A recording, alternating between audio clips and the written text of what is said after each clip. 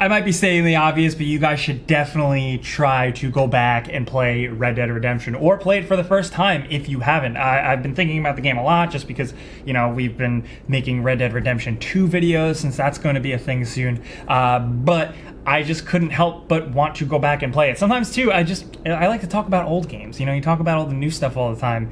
It's good to slow down and, you know, go back and play something that's now considered a classic that, you know, only came out in, what, 2010? But it's so crazy to think that, wow. There's like a really bad thunderstorm here. I should probably hurry up. I hope the power doesn't go out.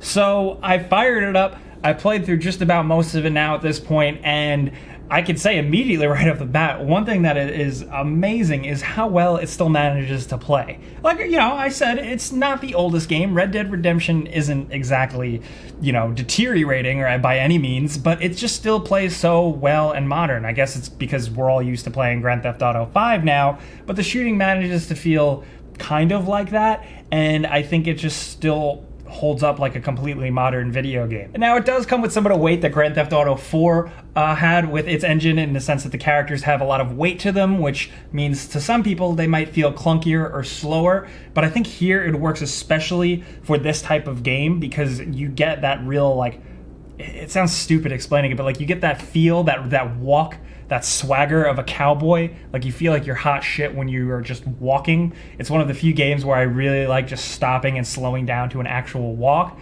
because the walk is that damn badass and it's got that much weight behind it. Every step feels cool, for lack of a better word. Plus it helps that the physics and the ballistics and everything behind the shooting works so well. When you're pumping bullets into a dude, it feels like it. You see them take every hit and ragdoll in a pretty convincing fashion, and that makes the shooting kind of never get old. My problem with the game that I initially had back when I first played it stands now, and that is I wish there was even more action moments and even more shooting, because I just kind of always wanted to do that. Thankfully at the time though, multiplayer and Undead Nightmare definitely scratched that itch, but I think that just shows how good and how fun the shooting is that that's all you really want to be doing. Thankfully there is a lot of other things to do in the game, but I will say despite it being an open world game with activities like so many other freaking games out there, this one manages to feel convincingly real. It actually feels more real than other Rockstar games. I don't know how to say that. You have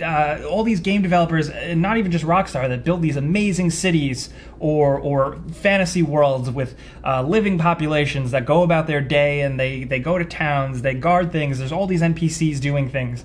Yet here, in this pretty dead, dried up world, it feels more real. I don't know. Something about Red Dead, when you're just standing out in the middle of the wilderness, something about it just makes it feel more alive and more convincingly real. But I think what is cool about Red Dead Redemption, and a lot of people have spoken to this as well, is the fact that there are moments and opportunities to create your own little RPG style stories, like just stuff that you stumble across in the world, or just certain ways you do things or stumble across that kind of just makes up your own little story that the game may have not even have attempted to script for you. It's something that you've come across or you've just done by accident even. And that usually works for games like RPG games like Skyrim or Fallout or something, but here it works just the same, and yet this game isn't an RPG. And I think that makes it really unique, and I think that's interesting because you have that, but then you also have the stuff that the developers did sprinkle in there, all these little weird secrets to discover and find. Environmental storytelling is something I've always been a big fan of, but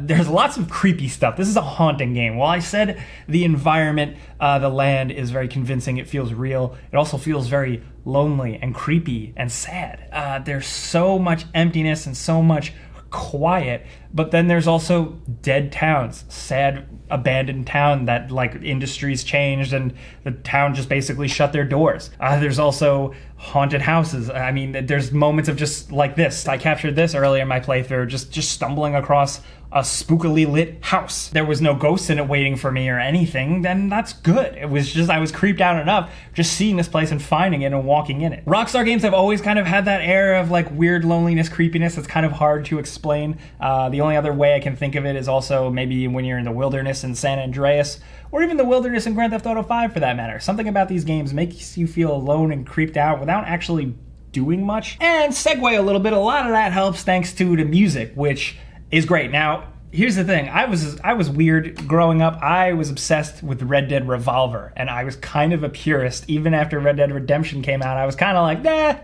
Red Dead Revolver was cooler. I like the arcade-style shooter with the wacky characters. Now, obviously, I've kind of grown to appreciate Red Dead Redemption way more, but part of the reason why I loved Red Dead Revolver, which if you haven't played, you definitely should, it's very different, is the music was insane. A lot of it was just like directly taken from Ennio Morricone type stuff, like that real Western stuff. And Red Dead Redemption does replicate a lot of that, but it does it so well because it does it in a way that is kind of minimalist, you know? Sometimes you'll be walking around in the open fields, no music at all, and then maybe just a random twang or a whistle, just enough to kind of keep it going. Sometimes it makes it feel haunting and sad. Sometimes it makes it feel a little hopeful and optimistic. Then there's moments like when you're riding into Mexico where I think the music is done excellently well. And can I just say that I've noticed now, like on forums and on Twitter and stuff, I've noticed a lot of folks saying that Mexico is where the game started to drag for people, and that's where people kind of felt like they lost the thread.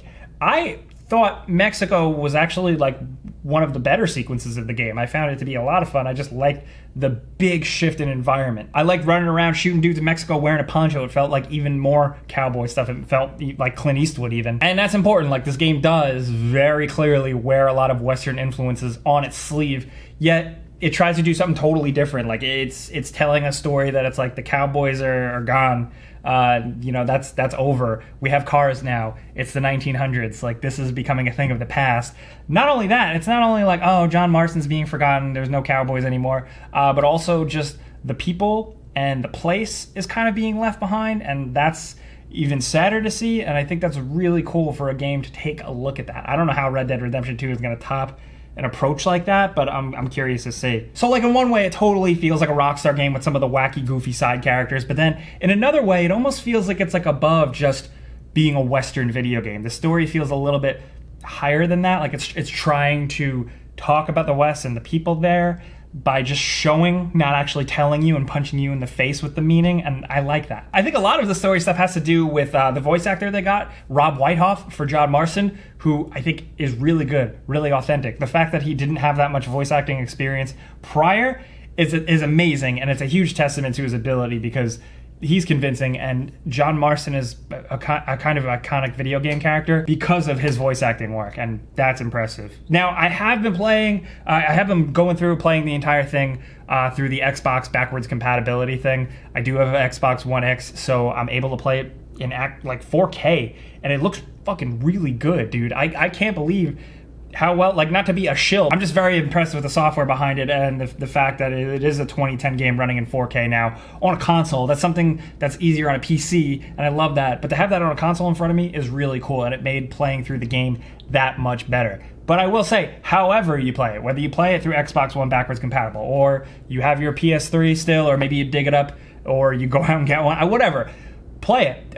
Play Red Dead Redemption. If you did play it again. I do think it's worth it. I definitely want to know what you guys think, though, as fresh eyes looking at this game again. Let's talk about Red Dead Redemption. I want to know how you guys feel. Are you loving your more modern playthrough as much as I am? Did you find yourself frustrated with some elements that more modern games do have? Are you good with the controls? Are you still good with the shooting? And any new perspectives on the story? I don't know. Let's talk about this stuff because I will be down in the comments. But we've also started a Discord for this channel and my podcast I do with Andrew. It's called the Because Video Games Discord. It's named after the podcast. But I'm having that Discord for this channel as well. So if you guys want to talk over there, we hang out over there all the time. There's tabs where you can talk about my newest videos. You can see when videos are uploaded, when podcast episodes are uploaded, stuff like that. So go check it out. But like I always say, thank you guys for sitting around here and listening to me ramble about this stuff, especially talking about an older game. I got to do this more often. But I'm Jake Baldino. Thanks for watching. You can subscribe because video games.